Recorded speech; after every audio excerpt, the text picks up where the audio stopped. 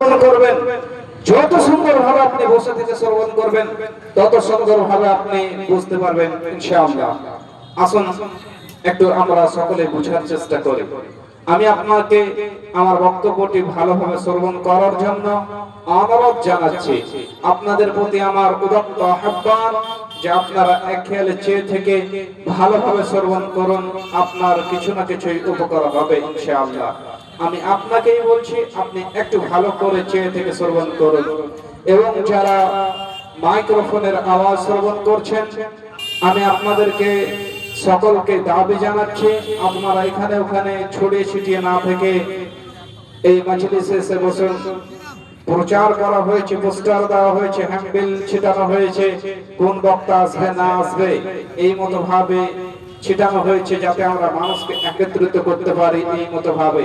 কিন্তু কিয়ামতের দিন মানুষকে এরকম প্রচার করা হবে না, প্যান্ডেল করা হবে না, হ্যান্ডেল ছিটানো হবে না, তারপর সকলকে একত্রিত হতেই হবে।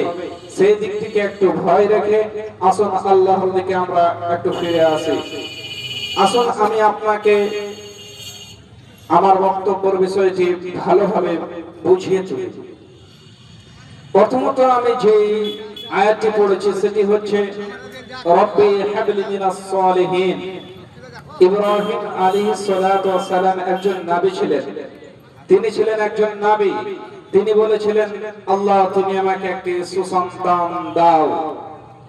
আপনি আপনার সন্তানকে কুলাঙ্গার হিসাবে মানুষ করছেন না সঠিকভাবে মানুষ করছেন, বক্তব্যটি আপনার জন্যই। আপনি বুঝতে পারবেন আমি আমার সন্তানকে কিভাবে মানুষ করছি, কিভাবে লালন পালন করা দরকার, আমি কিভাবে কি করছি, এই জিনিসটি আপনি বুঝতে পারবেন। বক্তব্যটি আপনার জন্যই। পূর্বে একটি কথা তুলে ধরি। আল্লাহ সুবহানাহু ওয়া তাআলা যখন পবিত্র গ্রন্থ আল কোরআনকে নাযিল করলেন, সেই সময় যুগটার নাম ছিল আইয়ামে জাহিলিয়া। সেই আইয়ামে জাহিলিয়াতের অমানবিক আচরণ, ধর্ষণ, নির্যাতন, নিপীড়ন, নিষ্পেষণ এমন ভাবে চলছিল যে মানুষের সামনে ভাষা বা বিবরণ দিয়ে পেশ করা অত্যন্ত জটিল ও কঠিন। সেই সময় সেই অন্ধকার আচ্ছন্ন যুগকে সামনে রেখে মহান স্রষ্টা আল্লাহ সুবহানাহু ওয়া তাআলা এই সেই পবিত্র গ্রন্থ আল কোরআনকে আল্লাহ সুবহানাহু ওয়া তাআলা নাযিল করলেন। কেন? মিনাত যুলমাতি ইলান নূর, অন্ধকার থেকে আলোর দিকে নিয়ে আসার জন্য। কিন্তু আমরা আলো পেয়েছি, আলো পাওয়ার পরে আমরা সেই আলোকে আবার আমরা বিলুপ্ত করে দিচ্ছি। আমি আপনি আপনার সন্তানকে কুলাঙ্গার হিসাবে মানুষ করছি, সঠিকভাবে আপনি মানুষ করতে পারছি না, সঠিকভাবে লালন পালন করতে পারছি না। আসুন আমি আপনাকে সেই দিকটি তুলে ধরি। ইব্রাহিম আলাইহিস সালাম আল্লাহকে বলেছিলেন, আল্লাহ তুমি আমাকে একটি নেক সন্তান দাও।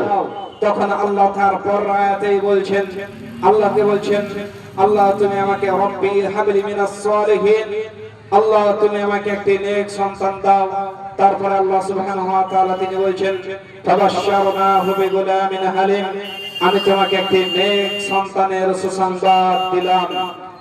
আসুন আপনি নেক সন্তান, সঠিকভাবে আপনার সন্তানকে কিভাবে লালন পালন করবেন।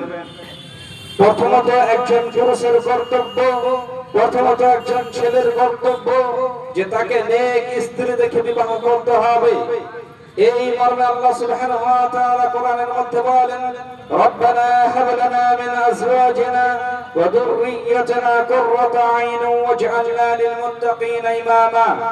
এই মতো ভাবে আল্লাহ সুবহানাহু ওয়া তাআলার কাছে দোয়া করতে হবে, আল্লাহ আমার সন্তানের মাধ্যম হতে এবং আমার স্ত্রীর মাধ্যম হতে আল্লাহ তুমি আমার চোখের শিলতা, অন্তরের ঠান্ডা করে দাও। এই মতো ভাবে আল্লাহ সুবহানাহু ওয়া তাআলার কাছে আমাদেরকে দোয়া করতে হবে। যখন আপনি নেক স্ত্রী পেয়ে গেলেন, তখন আপনাকে নেক সন্তানের জন্য দোয়া করতে হবে। উভয়কে, স্বামী এবং স্ত্রী দুইজনকে নেক সন্তান সন্ততির জন্য দোয়া করতে হবে। যেই মতো আমি পূর্বে আয়াত তুলে ধরলাম যে ইব্রাহিম আলাইহিস সালাম দোয়া করেছিলেন। যখন আপনি নেক সন্তান পেয়ে গেলেন, যখন আপনার বাচ্চা ভূমিষ্ঠ হলো, তখন আপনার করণীয় কি? রাফি রাদিয়াল্লাহু তাআলা আনহু তিনি বলছেন রাআইতুন নবী সাল্লাল্লাহু আলাইহি ওয়াসাল্লাম, আমি রাসূলুল্লাহ সাল্লাল্লাহু আলাইহি সাল্লামকে দেখেছি আযনা ফি ওজনি হাসান ইবনে আলী, অর্থাৎ আলীর পুত্র হাসান যখন জন্মগ্রহণ করলেন তখন আল্লাহ রাসূল সাল্লাল্লাহু আলাইহি সাল্লাম তিনার কানে আযান দিয়েছেন। এই হাদিসটিকে ইমাম তিরমিজি রাহিমাহুল্লাহ সহিহ বলেছেন। কয়েকজন এই হাদিসের মধ্যে একজন রাবী জয়ীফ থাকার জন্য, কমজোর থাকার জন্য, দুর্বল থাকার জন্য হাদিসটিকে জয়ীফের দিকে নিয়ে গেছেন, কিন্তু ইমাম ইবনে কাইয়িম রাহিমাহুল্লাহ আলাইহি এবং ইমাম নববী রাহিমাহুল্লাহ আলাইহি তিনি এই হাদিসটিকে গ্রহণ করেছেন। এখন যা ইমাম উসাইমিন তিনি এই হাদিসটিকে বলতে চেয়ে তিনি বলেন এই কাজটি হচ্ছে সুন্নাহ, এই কাজটি হচ্ছে সুন্নাহ, অর্থাৎ বাচ্চা যখন ভূমিষ্ঠ হবে তখন বাচ্চার কানে আযান দিতে হবে। আপনি আযান দিলেন, তারপর কি হলো?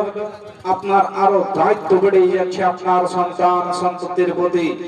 আপনার সন্তানের প্রতি যে দায়িত্বগুলো, এই গুলোকে যদি আপনি যথাযথভাবে মেনটেন না করেন, যথাযথভাবে যদি আপনি না মেনে চলেন, তাহলে আপনার সন্তান হবে কুলাঙ্গার, আপনার সন্তান হবে এমন যা আপনাকে লাঞ্ছিত, অপমানিত, অপদস্থ এবং পদদলিত হতে পারে। এবং যদি আপনি চান যে আপনার সন্তান হোক, আপনি যদি চান যে আপনার সন্তান হোক আপনার চোখের স্থিরতা এবং অন্তরের ঠান্ডা এবং উম্মতের গৌরব, তাহলে এই মতো ভাবে আপনার সন্তানকে লালন পালন করতে হবে। যখন আপনার সন্তান হলো, আযান দেওয়া হলো, তারপরে কি করতে হবে? আপনার সন্তানের নাম রাখতে হবে সুন্দর, আপনার সন্তানের নাম রাখতে হবে সুন্দর এবং তাহনিক করাতে হবে। আবু মুসা রাদিয়াল্লাহু তাআলা আনহু তিনি বলেন, আমি যখন আমার বাচ্চা যখন ভূমিষ্ঠ হলো তখন আমি আল্লাহ রাসূল সাল্লাল্লাহু আলাইহি সাল্লামের কাছে